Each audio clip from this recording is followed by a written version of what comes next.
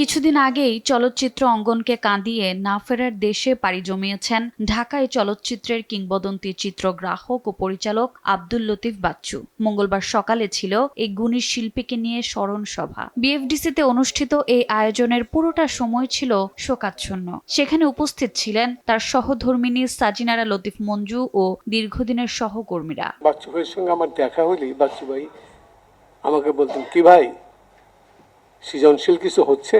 আব্দুল লতিফ বাচ্চুকে ঘিরে স্মৃতির ঘেরাটোপে আবেগাপ্লুত হয়ে পড়েন অতিথিরা। পরিবেশ হালকা করতে একটি মজার ঘটনা তুলে ধরেন কিংবদন্তি চলচ্চিত্র ব্যক্তিত্ব আলমগীর। তুমি এখন আমার শট নেবে, উনি তো ক্যামেরা ওনার আই অ্যাঙ্গেলে বসিয়েছে, আর আমার আই অ্যাঙ্গেলে শট নিতে হলে তো ক্যামেরা আপ করতে হবে, ওনাকে একটা কিছুর উপরে উঠতে হবে।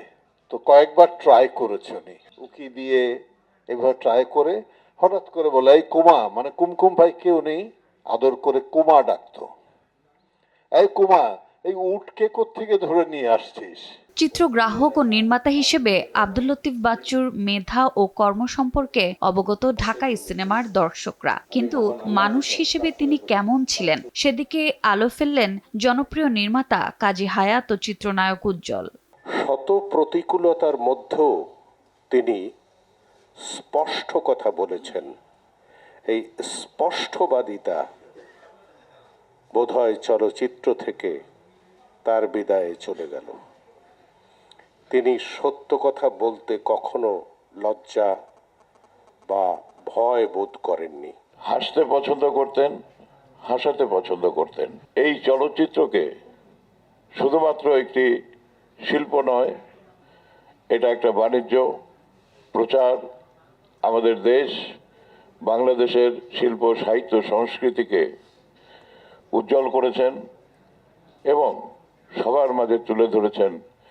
তেমনি একজন ব্যক্তিত্ব ছিলেন জনাব আব্দুল লতিফ বাচ্চু। জনপ্রিয় চিত্রনায়ক বাপ্পারাজ কথা বলতে বলতে আবেগতাড়িত হয়ে পড়েন। তিনি তুলে ধরেন এই গুণী মানুষটির স্বভাবের ভিন্ন একটি দিক।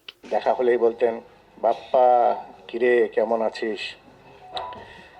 খুব আদর করতেন আমাদের। আমার বাবাকে জহির রায়হান সাহেব এনেছিলেন, সুযোগ দিয়েছিলেন নায়ক হওয়ার। বাচ্চু আঙ্কেল যেভাবে আমার বাবাকে প্রেজেন্ট করেছিলেন তার হাতের জাদুতে, পরবর্তীতে সেটাকেই তিনি ক্যারি করে নিয়ে গিয়েছিলেন, বাংলাদেশের একজন উজ্জ্বল নক্ষত্র হয়ে গিয়েছিলেন।